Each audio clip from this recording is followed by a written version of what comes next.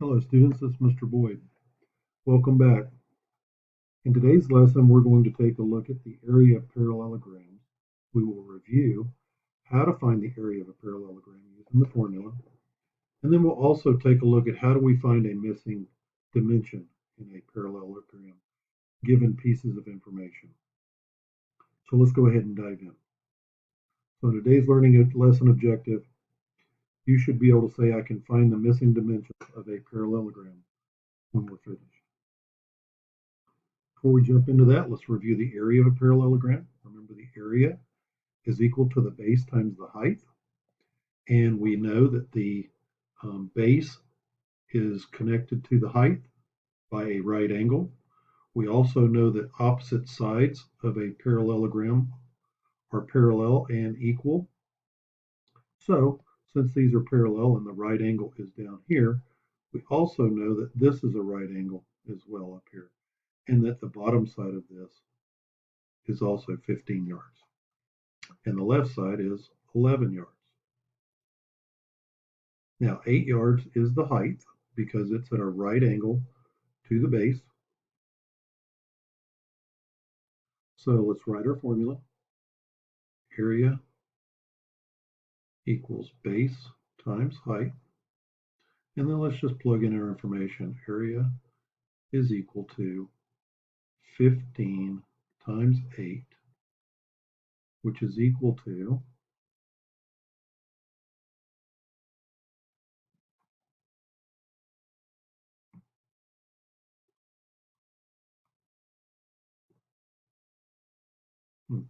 4 here, 8 times 1 equal to 120 square yards. Okay? All right, let's move on down and see if we can find some missing dimensions. So we have the question here, how can you use the formula to find missing dimensions? I want you to keep that in mind as we're looking at this. We're actually going to use a skill that we developed in the last couple of units, solving equations and solving inequalities. So let's go ahead and look at our first example here. The first example says that we're missing the base. We have a height of 6 meters, and they tell us in the problem that the area is 48. So again, the first thing we want to do is write our formula.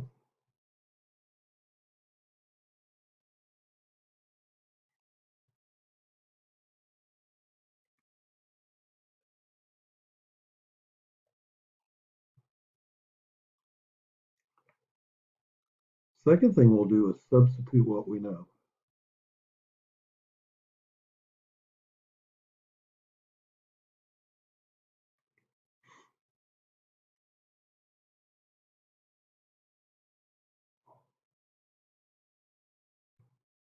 Okay. All right, so we are given an area of 48.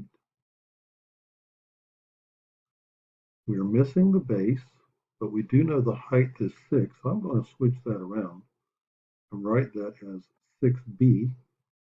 Remember, you can change the order of a multiplication problem. So then to solve this, or to figure out what b is, I see that I just need to use inverse operations. Here we're multiplying, so we will divide by 6. And we find out that the base is 8 meters. So step 3 really is just solve the equation.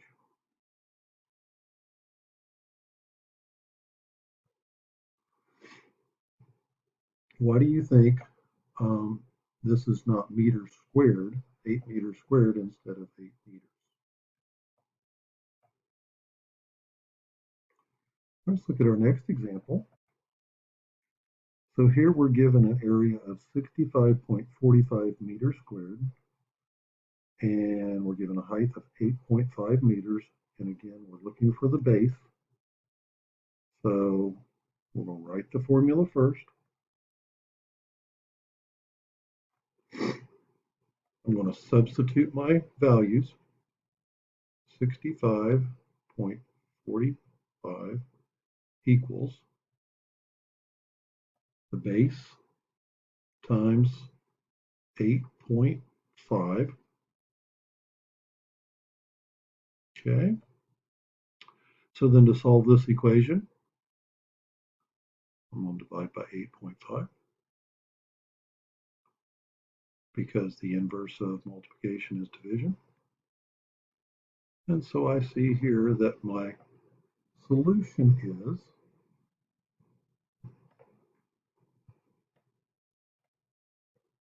let me go ahead and open up my calculator here.